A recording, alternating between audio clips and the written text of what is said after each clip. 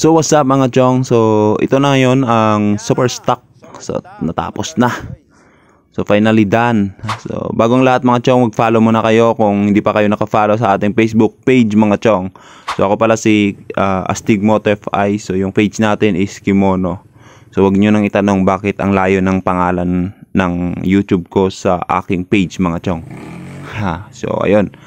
Ngayon itatry natin sa Nka-59 din na tropa natin na gawang Jodentech. So itong super stock din gawang Jodentech din to.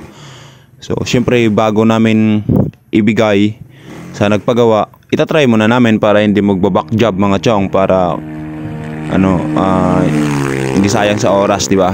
So kaya ganyan dapat ang yung gumagawa, dapat i-try para pag may knock or may lagutok man sa motor, edi trabahuin ulit, ganun, di ba?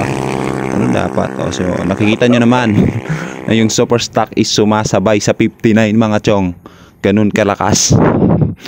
So Jodentech, so ayun, dalawang yan, yung 59 at super stock is gawang Jodentech yan mga chong. So mga gusto magpagawa, just PM mo na lang ako, pag PM mo ako, ayun, di ba? Ganyan kalakas talaga. Pero nakabuntot pa rin ng isang span yung super stock. So hindi makahabol yung super stock talaga. Siyempre tignan mo naman, stock bore yun at saka cams lang yung napalitan, tapos konting port, ganun lang naman. Talagang hindi makahabol sa 59. Yan mga chong. So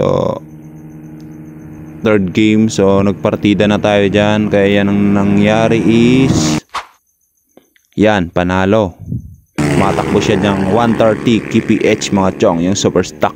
Sobrang lakas. So hindi lang siya simpleng super stock, kasi naka-remap din yon mga chong.